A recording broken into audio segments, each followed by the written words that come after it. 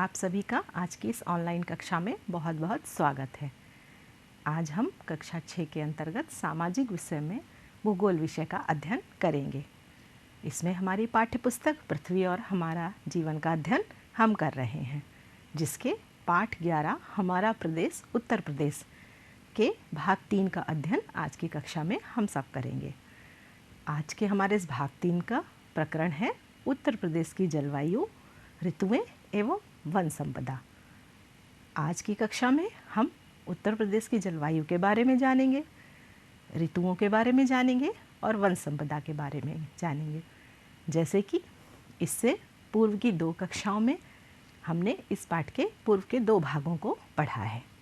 उन पर एक नज़र डालते हैं कि हमने भाग 1 और भाग 2 में क्या क्या जाना। भाग 1 में हमने क्या क्या जाना था। उत्तर प्रदेश भारत में स्थिति, भारत में हमारे उत्तर प्रदेश राज्य की क्या स्थिति है, इसको हमने अपने इस पाठ में जाना था। और इस पाठ के अंतर्गत उत्तर प्रदेश अक्षांश और देशांतरी विस्तार के रूप में हमने विस्तृत चर्चा की थी। उत्तर प्रदेश की लंबाई, चौड़ाई, क्षेत्रफल, इन सब वस्तुओं को, इन सब तथ्यों को हमने अपने भाग 1 में जाना था। उत्तर प्रदेश के पड़ोसी देश के बारे में भी हमने अपने भाग 1 में चर्चा की थी, जैसे कि नेपाल देश, जो कि भारत का उत्तर प्रदेश राज्य का पड़ोसी देश है। और पड़ोसी राज्य मध्य प्रदेश, बिहार और भी अन्य राज्य हैं जो उत्तर प्रदेश की सीमावर्ती इलाकों को छूते हैं। इन सभी के बारे में हमने अपने भाग 1 में चर्चा की थी। उत्तर प्रदेश को 18 मंडलों में विभाजित किया गया है। इनके बारे में हमने विस्तार से अपने भाग 1 में चर्चा की थी। और मंडल के अंतर्गत जो जो जनपद आते हैं, अर्थात इन 18 मंडलों के अंतर्गत कितने जनपद आते हैं, किसी मंडल में 6 जनपद, किसी में 5 जनपद, किसी में 4 और 3, इस प्रकार हमने एक एक मंडल के अंतर्गत आने वाले सभी जनपदों के बारे में विस्तार से चर्चा भाग 1 में की थी। उत्तर प्रदेश भारत में स्थिति, इसको हमने विस्तार रूप में जाना था। जैसे कि कितनी सीमावर्ती इलाके भारत में उत्तर प्रदेश के विस्तार के अंतर्गत आते हैं। अक्षांशीय व देशांतर विस्तार, जैसे कि आप सभी जानते हैं, किसी भी राज्य या क्षेत्र की विस्तार स्थिति हम अक्षांश व देशांतर से जान सकते हैं। लंबाई, चौड़ाई और क्षेत्रफल, उत्तर प्रदेश राज्य के इस बिंदु को हमने देखा था। पड़ोसी देश, पड़ोसी राज्य, फिर विभिन्न मंडल और मंडल के अंतर्गत जनपद, इतने सभी बिंदुओं को हमने जाना था। अब हम उनके चित्रों के माध्यम से याद करते हैं अपने भाग 1 को। आपको ये चित्र दिखाई पड़ रहा होगा, ये हमने भाग 1 में देखा था और हमने इसकी भारत में स्थिति पर विस्तार से चर्चा की थी। फिर उत्तर प्रदेश का विस्तार कहाँ कहाँ है, इसको भी हमने इस बारे में जाना था। जैसा कि आप देख पा रहे हैं कि 23 डिग्री अक्षांशीय विस्तार हमारा कितना था, 23 डिग्री 52 मिनट उत्तरी अक्षांश से लेकर 30 डिग्री 24 मिनट उत्तरी अक्षांश तक उत्तर प्रदेश का विस्तार हमने अपने भाग 1 में जाना था। 77 डिग्री 5 मिनट पूर्वी देशांतर से लेकर 84 डिग्री 38 मिनट पूर्वी देशांतर के मध्य उत्तर प्रदेश का देशांतरी विस्तार है। इस पर हमने चर्चा की थी इस चित्र के माध्यम से। उत्तर प्रदेश का मानचित्र आपने देखा था। उत्तर प्रदेश की कितनी लंबाई व चौड़ाई है, इसको हमने जाना था। पूर्व से पश्चिम तक उत्तर प्रदेश की लंबाई 650 किलोमीटर है और उत्तर से दक्षिण तक 240 किलोमीटर इसकी चौड़ाई है। इसको भी हमने अपने भाग 1 में जाना था। फिर इस चित्र के माध्यम से कौन से पड़ोसी देश हैं उनको जाना था, जैसे कि नेपाल देश। फिर कौन कौन से इसके अंतर्गत आने वाले राज्य हैं, आइए एक नज़र इस पर भी डालते हैं। उत्तर दिशा में उत्तराखंड व हिमाचल प्रदेश, पूर्व में बिहार तथा झारखंड, दक्षिण में छत्तीसगढ़ व मध्य प्रदेश, पश्चिम में हरियाणा, राजस्थान, केंद्र शासित प्रदेश दिल्ली, ये सभी स्थित हैं। आप देख पा रहे हैं उत्तर प्रदेश के इन सभी चित्रों को आपने भाग 1 में देखा होगा। अब भाग 2 में हमने क्या क्या जाना था, ये तो भाग 1 पर विस्तार से चर्चा की। भाग 2 में हमने क्या क्या जाना था, इस पर एक नज़र डालते हैं। देखिए, जैसे कि आपको दिखाई पड़ रहा होगा, भावर एवं तराई क्षेत्र मानचित्र को हमने अपने इस भाग में जाना था। और भारत एवं तराई क्षेत्र की प्रमुख फसलों को भी हमने जाना था। कौन कौन की सी फसलें दिख रही हैं? धान, गन्ना व गेहूँ, जिनकी रिकॉर्ड पैदावारी हमारे भावर एवं तराई क्षेत्र के अंतर्गत की जाती है। इसको भी हमने अपने भाग 2 में पढ़ा था। उसके बाद है मध्य का मैदानी क्षेत्र, उसका मानचित्र आप देख रहे होंगे। आपको ये सभी चित्र देखकर अपने भाग 2 की एक बार याद आ गई होगी कि हमने अपने इस भाग 2 में क्या क्या जाना था। उसके बाद दक्षिण का पठार मानचित्र, हमने मध्य के मैदानी क्षेत्र को देखा था और दक्षिण के पठारी भाग पर भी हमने विस्तार से भाग 2 में चर्चा की थी। उसके बाद हमने जानी थी उन नदियों को जो हमारे उत्तर प्रदेश राज्य को उपजाऊ बनाती हैं। जैसे कि आप देख रहे हैं, नदियों के आधार पर उत्तर प्रदेश के मध्य के मैदानी भाग को हमने 2 भागों में बांटा था। एक तो थी हिमालय से बहकर आने वाली नदियाँ और दूसरी थी दक्षिण से बहकर आने वाली नदियाँ। कौन कौन सी नदियाँ थीं इनमें? यमुना, गंगा, रामगंगा आदि नदियाँ, और इधर चंबल, केन, बेतवा, टोंस आदि नदियों के बारे में हमने चर्चा भाग 2 में की थी। आप इस चित्र के माध्यम से हमने एक एक कर सभी नदियों पर विस्तार से प्रकाश डाला था। 2 भागों में हमने इन नदियों को बांटा था। एक तो थी हिमालय से बहकर आने वाली नदियाँ और दूसरी थी दक्षिण से आने वाली नदियों को। जैसे कि आप चित्र के माध्यम से भी देख पा रहे हैं, चंबल, केन, बेतवा, टोंस, रिहंद, सोन, ये सभी नदियाँ दक्षिण से बहकर आती हैं।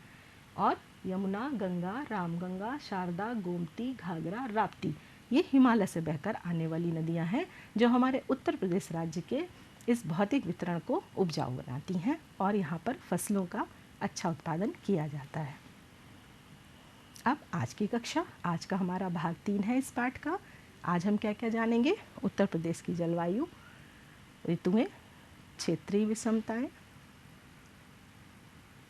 और क्षेत्रीय विषमताओं से तात्पर्य है कि जितने भी क्षेत्र हैं उनमें क्या क्या विषमताएं हम देखेंगे, इस पर हम विस्तार से आज चर्चा करेंगे। उत्तर प्रदेश राज्य में वर्षा कहाँ कहाँ कितनी मात्रा में होती है, इस पर एक प्रकाश डालेंगे। उत्तर प्रदेश की मृदा, उत्तर प्रदेश की मृदा से तात्पर्य मिट्टी से है। उत्तर प्रदेश में किस प्रकार की मिट्टी किस जगह पर पाई जाती है, इस पर भी हम आज की कक्षा में अध्ययन करेंगे। और फिर हम जानेंगे उत्तर प्रदेश में वनस्पति की क्या स्थिति है, अर्थात विभिन्न प्रकार की मिट्टियाँ पाई जाती हैं और उन पर विभिन्न प्रकार की वनस्पतियाँ उगती हैं या फसलें उगाई जाती हैं, उन पर हम एक नज़र आज के अपने इस भाग में डालेंगे। और उत्तर प्रदेश में वन्य जीव, उत्तर प्रदेश की वनस्पति, वन और इन सब के बारे में जानते हुए वन्य जीव, कौन कौन से वन्य जीव इन वनों में पाए जाते हैं, उन पर भी हम आज विस्तार से चर्चा करेंगे। उत्तर प्रदेश राज्य के अंतर्गत जितने भी समस्त तथ्य हम इस पाठ में जानेंगे उनमें ये सभी विशेष रूप से बिंदु शामिल किए गए हैं। अब बात करते हैं उत्तर प्रदेश की जलवायु। भौगोलिक विविधता के कारण उत्तर प्रदेश में जलवायु संबंधी क्षेत्रीय विभिन्नताएं पाई जाती हैं। जैसे एक कहावत भी है कि 1 कोस पर बदले पानी और 2 कोस पर बानी, अर्थात हमारे एक एक गाँव पे पानी के स्वाद में अंतर आ जाता है और हर 2 कोस पर बोली में आपको बदलाव देखने में मिलता होगा। आप अपनी दादी नानी के घर जाते होंगे तो वहाँ की बोली और आपके गांव की बोली में विभिन्नता पाई जाती है। आप एक शहर से दूसरे शहर में जाएंगे तो भी आपको बोली में कुछ अंतर लगेगा और यहाँ के पानी में भी आपको स्वाद में अंतर ज़रूर पता चलता होगा। इसी प्रकार उत्तर प्रदेश की जलवायु में भी विभिन्नताएँ पाई जाती हैं और जैसे जैसे क्षेत्र अलग होते जाते हैं आपको जलवायु में ये अंतर देखने को मिलता है। सामान्य रूप से उत्तर प्रदेश की जलवायु मानसूनी है।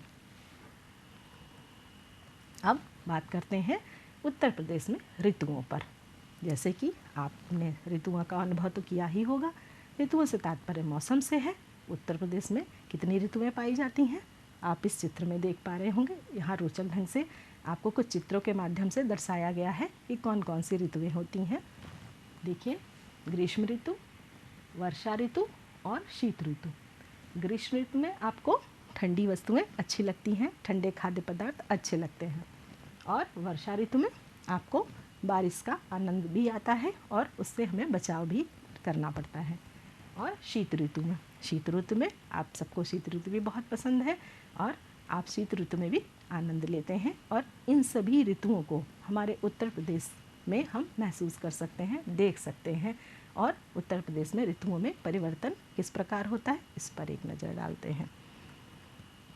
देखिए, ग्रीष्म ऋतु, वर्षा ऋतु, शीत ऋतु। आपको स्क्रीन पर एक तालिका दिखाई जा रही है। तीनों ऋतुओं का हम एक तुलनात्मक अध्ययन करेंगे। एक एक कर बिंदु पढ़ेंगे और देखेंगे कि किस प्रकार ये बिंदु एक दूसरे से अलग अलग ऋतु में भिन्न होते चले जाते हैं। तो आइए करते हैं इस तालिका का अध्ययन। सबसे पहले ग्रीष्म ऋतु, ये मार्च से जून तक होती है, अर्थात मार्च के महीने से प्रारंभ होकर जून तक जो भी ऋतु चलती है उसको हम ग्रीष्म ऋतु कहते हैं। आपने गर्मी का अनुभव इन्हीं महीनों में किया होगा। पठारी भागों में तापमान 40 से 47 डिग्री सेल्सियस तक पहुंच जाता है, अर्थात हमारे उत्तर प्रदेश का जो पठारी भाग है उसमें तापमान सबसे ज़्यादा रहता है और 40 से 47 डिग्री तक पहुंच जाता है। तब हम भीषण गर्मी का अनुभव करते हैं। उसी समय पर तेज़ धूल भरी गर्म हवाएं चलती हैं। आपने जून में महसूस किया होगा कि बहुत गर्म गर्म हवाएं चलती हैं, खासकर दोपहर के समय में, जिन्हें हम लू कहते हैं।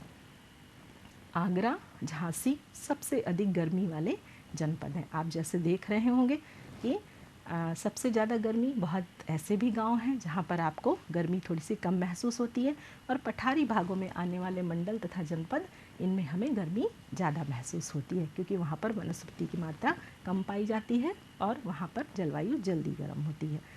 बरेली सबसे कम गर्मी वाला जनपद है, जिसे हम ये कहेंगे कि पठारी भाग के अंतर्गत जो भी हमारे क्षेत्र आते हैं या जो भी ग्रीष्म ऋतु वाले जितने भी जनपद आते हैं उसमें बरेली में सबसे कम गर्मी पड़ती है। वर्षा ऋतु के बारे में एक नज़र डालते हैं और देखते हैं कि इसकी क्या विशेषताएं हैं। वर्षा ऋतु, इसका तो आनंद आप सबने लिया ही होगा। यह मध्य जून से मध्य सितंबर तक होती है। जून की गर्मी में बारिश थोड़ी थोड़ी प्रारंभ हो जाती है और यह मध्य सितंबर तक चलती रहती है। इन्हीं महीनों में कभी तेज़ बारिश होती है और कभी आपको अच्छी बारिश देखने को मिलती है, अर्थात धीमी बारिश देखने को मिलती है, जिसमें नहाकर या जिसका आनंद, इसमें आपने नाव भी बनाकर तैराई होंगी और आनंद लिया होगा। पश्चिम एवं दक्षिण की ओर वर्षा की मात्रा घटती जाती है, अर्थात उत्तर प्रदेश राज्य में पश्चिम दिशा से दक्षिण की ओर जब हम बढ़ते हैं तो वर्षा की मात्रा धीरे धीरे घटती जाती है। बंगाल की खाड़ी से आने वाली मानसूनी हवाएं, इनसे वर्षा होती है और 88% वर्षा ग्रीष्म ऋतु में ही हो जाती है, या ग्रीष्म ऋतु के बाद जो वर्षा ऋतु होती है उसमें हो जाती है। भावर एवं तराई क्षेत्र में ये वर्षा अधिक होती है। देखते हैं सर्वाधिक और सबसे कम वर्षा कहाँ कहाँ होती है। सर्वाधिक वर्षा होती है गोरखपुर में और सबसे कम वर्षा होती है मथुरा जनपद में। अब बात करते हैं शीत ऋतु की। नवंबर से फरवरी माह तक हमारी शीत ऋतु चलती है और उसके बाद दक्षिण से उत्तर की ओर जाने पर ठंड बढ़ती जाती है। उत्तर प्रदेश राज्य में जब हम दक्षिण दिशा से उत्तर की ओर जाते हैं तो धीरे धीरे ठंड बढ़ती हुई प्रतीत होती है। हिमालय पर हिमपात होने से मैदानी भागों में शीतलहर चलती है। आपने इन महीनों के अंतर्गत शीतलहर अर्थात ठंडी हवाओं को महसूस किया होगा। बहुत तेज़ शीतलहर चलती है, तब आपको बहुत तेज़ सर्दीली हवाओं का सामना करना पड़ता है। पश्चिमी हवाओं के प्रभाव से कुछ वर्षा होती है।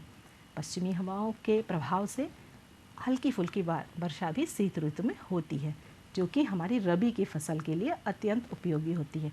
जैसे कि आप सब जानते ही हैं, रबी की फसल इन्हीं महीनों में उगाई जाती है और ये हल्की वर्षा रबी की फसल के लिए बहुत लाभदायक होती है। इस प्रकार हमने इस तालिका के माध्यम से यहाँ तीनों ऋतुओं का एक तुलनात्मक अध्ययन किया है। तो इन तीनों ऋतुओं को आप याद रखेंगे, किन महीनों में ये ऋतुएं होती हैं, कितनी मात्रा में ग्रीष्म वर्षा या शीत ऋतु किस प्रकार विभिन्नता पाई जाती है और कौन कौन से जनपद में ग्रीष्म वर्षा व शीत ऋतु का प्रभाव ज़्यादा या कम पड़ता है। तो हमने एक तुलनात्मक अध्ययन किया, इस तालिका को आप याद रखेंगे। अब जानते हैं उत्तर प्रदेश राज्य की मृदा एवं वनस्पति के बारे में। उत्तर प्रदेश को 3 भौतिक विभागों में बांटा जाता है। यह हम अपने भाग 2 में पढ़ चुके हैं। इस विभाजन का आधार क्या है? यहाँ की जलवायु, भू आकृति, मृदा और वनस्पति। जिस प्रकार भौतिक भागों में हमने बांटा है, उन भौतिक भागों में अलग अलग प्रकार की जलवायु, अलग अलग प्रकार की भू आकृतियाँ देखने को मिलती हैं। वहाँ की मिट्टी में भी विभिन्नता पाई जाती है और वनस्पति में भी विभिन्नता पाई जाती है। इस प्रकार हम कह सकते हैं कि मृदा और वनस्पति के अध्ययन का आधार यही प्राकृतिक विभाजन है। अर्थात 3 हमने प्राकृतिक भागों में बांटा है और इन तीनों के आधार पर ही हम जानेंगे कि मृदा एवं वनस्पति में किस प्रकार की विभिन्नताएं पाई जाती हैं। सबसे पहले जानते हैं भावर एवं तराई क्षेत्र को। भावर मृदा का निर्माण हिमालय से आने वाली नदियों के भारी निक्षेप से होता है। जैसे कि आप जानते हैं, जब हिमालय से नदियां बहकर आती हैं तो बहुत सारे पदार्थ अपने साथ बहा लाती हैं। इनमें क्या क्या होता है? मृदा का निर्माण बड़े एवं छोटे कंकड़, पत्थर तथा मोटे बालू से होता है। जो भी मिट्टी या पत्थरों से कट कट कर कंकड़ या पत्थर आते हैं वो हिमालय से बहकर इसी क्षेत्र में आ जाते हैं और इसी प्रकार यहाँ पर मृदा का निर्माण होता है। तराई क्षेत्र के बारे में बात करें तो इस क्षेत्र की मृदा में महीन कण होते हैं। यहाँ की मृदा समतल, दलदली एवं नम होती है। जैसे कि आपने देखा होगा, अगर आप किसी पत्थर को तोड़ें, उसे एक कटोरे में भरें और उसमें पानी भरें तो आपको वहाँ का पानी बहुत साफ दिखाई पड़ेगा और उन पत्थरों के अंदर से भी आप पानी को देख सकते हैं। इसी प्रकार भावर क्षेत्र की जो भी नदियाँ हैं, इनमें जो भी जल बहाव होता है उसमें मोटे मोटे कंकड़ पत्थर और मोटे बालू से आप वहाँ की मिट्टी का जो बसाव है या जो उसकी तलछटी में आप उसको देख सकते हैं। और तराई क्षेत्र में यही कण बहते बहते महीन हो जाते हैं, इसलिए यहाँ की मृदा समतल हो जाती है और दलदली और नमी रहती है, क्योंकि यहाँ मृदा के महीन कण होते हैं। जिस प्रकार आप देख रहे होंगे इस चित्र में, ये वाला जो आपको पीला वाला भाग दिख रहा है, ये हमारा भावर एवं तराई का भाग है। और इस भाग को भी हमने 2 भागों में बांटा था, भावर और तराई में। तो भावर की मृदा बड़े और छोटे दोनों प्रकार के कंकड़ पत्थर तथा बालू से मिलकर बनी है, जबकि जो तराई क्षेत्र की है इसकी मृदा में महीन कण ज़्यादा पाए जाते हैं। तो ये तो हुई मृदा की स्थिति। अब मध्य के मैदानी क्षेत्र में किस प्रकार की मृदा पाई जाती है उस बारे में जानते हैं। मध्य के मैदानी क्षेत्र में उपजाऊ एवं जलोढ़ मृदा होती है, अर्थात यहाँ की, जैसे कि हमने जब इस भाग 2 को अध्ययन किया था तब जाना था सबसे उपजाऊ भाग मैदानी भाग ही है, अर्थात सबसे ज़्यादा कृषि और फसलों का उत्पादन इसी भाग में किया जाता है। यहाँ की मृदा में काप मिट्टी, कीचड़, बालू और इन सभी तथ्य हमें यहाँ की मृदा में पाए जाते हैं, अर्थात यहाँ की मृदा काप मिट्टी, कीचड़ और बालू से निर्मित होती है। आप इस क्षेत्र को तो देख ही पा रहे होंगे, आप देख रहे हैं ये मध्य का मैदानी भाग है और यहाँ पर जो भी मृदा है वो बहुत उपजाऊ होती है। इस मृदा को हमने किस प्रकार वितरित किया है आइए देखते हैं। इसको हमने 2 भागों में बांटा है, खादर में और बांगर में। हमने यहाँ की जो उपजाऊ जलोढ़ मृदा है उसको भी हमने 2 भागों में विभाजित किया है, खादर और बांगर। इनकी क्या विशेषताएं है? नवीन जलोढ़ मृदा होती है, जो भी मिट्टी बहकर आती है वो और नवीन होती है उसे हम खादर के नाम से जानते हैं, और जो पुरानी यानी खादर के बाद जो पुरानी जलोढ़ मृदा होती है उसे हम बांगर के नाम से जानते हैं। तो जो उपजाऊ जलोढ़ मृदा है उसको भी हमने 2 भागों में विभाजित किया। ये नाम आपको स्मरण रखने होंगे, खादर और बांगर। नवीन जलोढ़ खादर और पुरानी जलोढ़ इसको हम बांगर के नाम से जानते हैं, जो कि हमें मध्य के मैदानी क्षेत्र से प्राप्त होती है। अब दक्षिण के पठारी भाग, यहाँ की मृदा किस प्रकार की होती है इस पर एक नज़र डालते हैं। दक्षिण के पठारी भाग में लाल मिट्टी मिलती है, जो हल्के लाल रंग की बलुई दोमट, परवा मिट्टी, राकर, भौर एवं काली मृदा के समान चिकनी मार मिट्टी यहाँ पर पाई जाती है। और ये मिट्टी किस प्रकार हमारी फसलों के लिए कैसी होती है इसके बारे में जानते हैं। अब उत्तर प्रदेश की वनस्पति, और जैसे कि हमने अभी चर्चा की चिकनी मार मिट्टी, इनमें भी फसलें उगाई जाती हैं। किस प्रकार की फसलें इन 3 प्राकृतिक विभागों में उपजाई जाती हैं, इन पर जब हम विस्तृत चर्चा करेंगे तो एक एक तीनों भागों की वनस्पति के बारे में हमें उसका ज्ञान हो जाएगा। तो देखते हैं पहले भावर एवं तराई क्षेत्र की। भावर क्षेत्र में कृषि कार्य अत्यंत कठिन है। भावर एवं तराई क्षेत्र में उष्णकटिबंधीय नम पर्णपाती वन पाए जाते हैं। इन वनों में कौन कौन से वृक्ष पाए जाते हैं? साल, गूलर, बेर, पलाश, इमली, शीशम, महुआ, सेलम आदि वृक्ष और बांस के झुरमुट तथा झाड़ियाँ भी पाई जाती हैं। इनमें से कुछ वृक्ष तो आपने अपने आसपास देखे होंगे, कुछ के नाम भी आपने सुने होंगे। इन सभी को आपको याद रखना है और ये भावर एवं तराई क्षेत्र की वनस्पति के अंतर्गत आते हैं। तराई क्षेत्र में वनों को साफ करके बड़े बड़े फार्म स्थापित किए जा रहे हैं। पहले घने जंगल थे, झाड़ियाँ थीं, बांस के झुरमुट थे। जब हमें कृषि योग्य फसलों की ज़रूरत हुई और कृषि योग्य भूमि की ज़रूरत हुई तो इन वनों को साफ़ किया गया और वहाँ पर फार्म स्थापित किए गए। कौन कौन सी फसलों के फार्म स्थापित किए गए? गन्ने व धान के लिए यहाँ पर फार्म स्थापित किए गए। जैसे कि आप देख पा रहे होंगे ये चित्र, इस प्रकार के जो बांस के झुरमुट और झाड़ियाँ थीं उनको काटकर गन्ने एवं धान की कृषि की जा रही है और इस क्षेत्र में भी कृषि कार्य अब संभव हो सका है।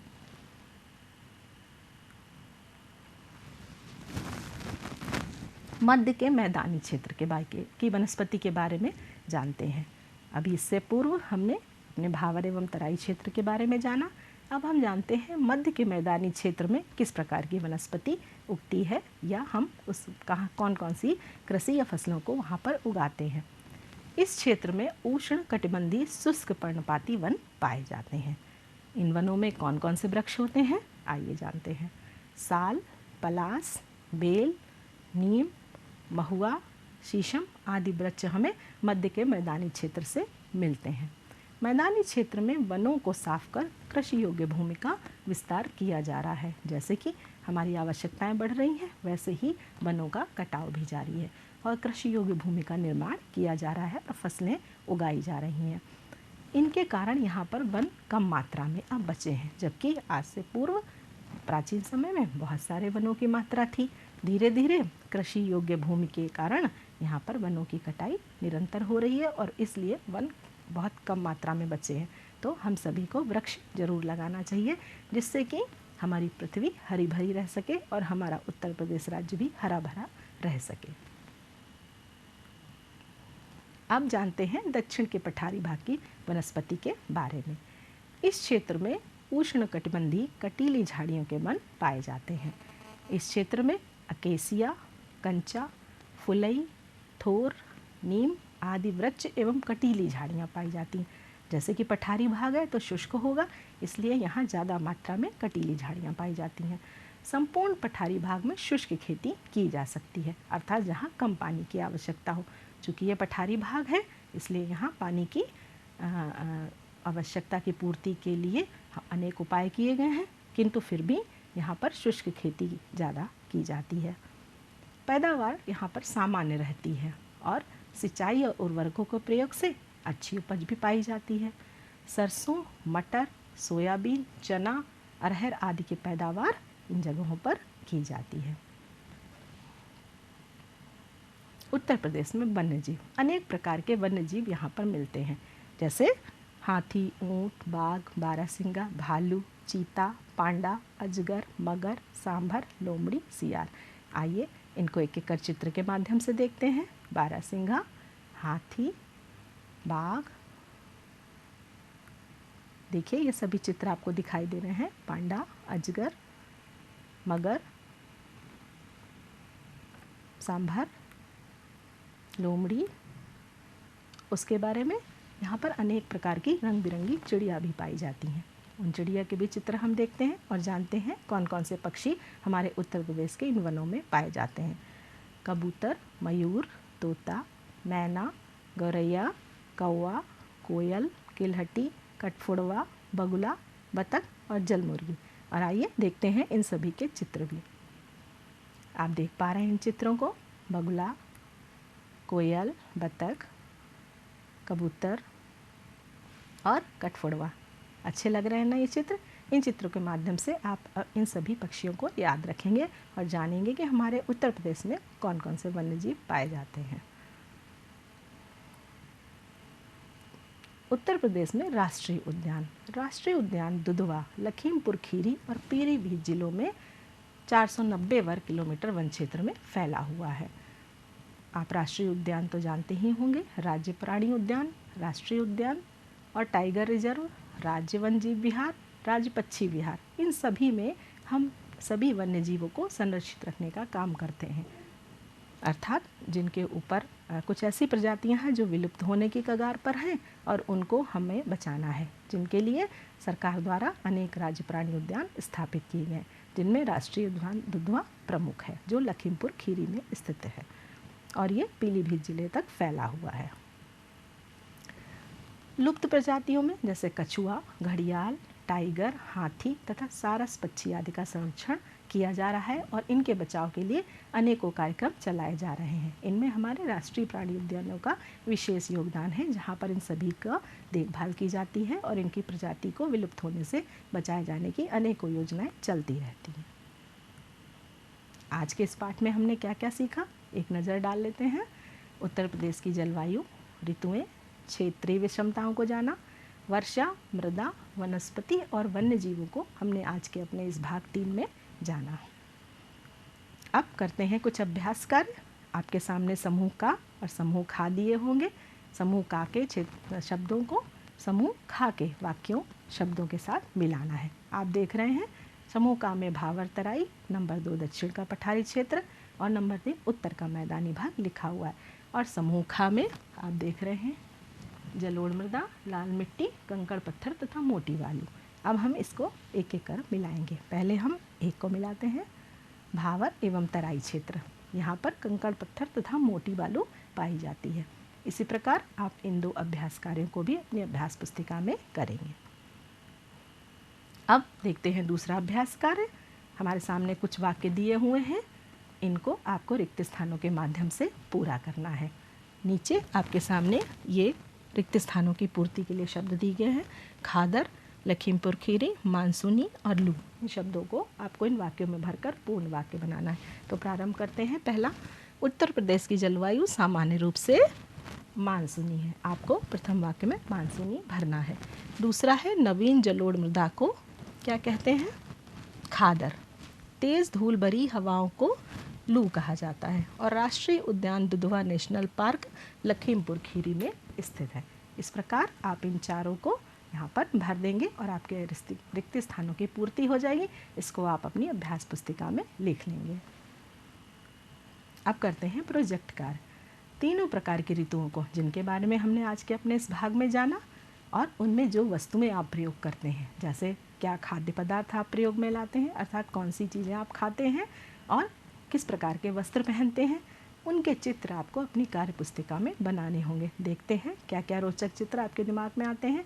कौन कौन से खाद्य पदार्थ आप, जैसे बारिश में आप क्या खाते हैं और गर्मी में गरम गरम खाद्य पदार्थ, सर्दियों में गरम गरम और गर्मियों में आप ठंडे पदार्थों को पसंद करते हैं और इनका सेवन भी करते हैं। तो आप मज़ेदार रोचक चित्र अपनी अभ्यास पुस्तिका में बनाएंगे।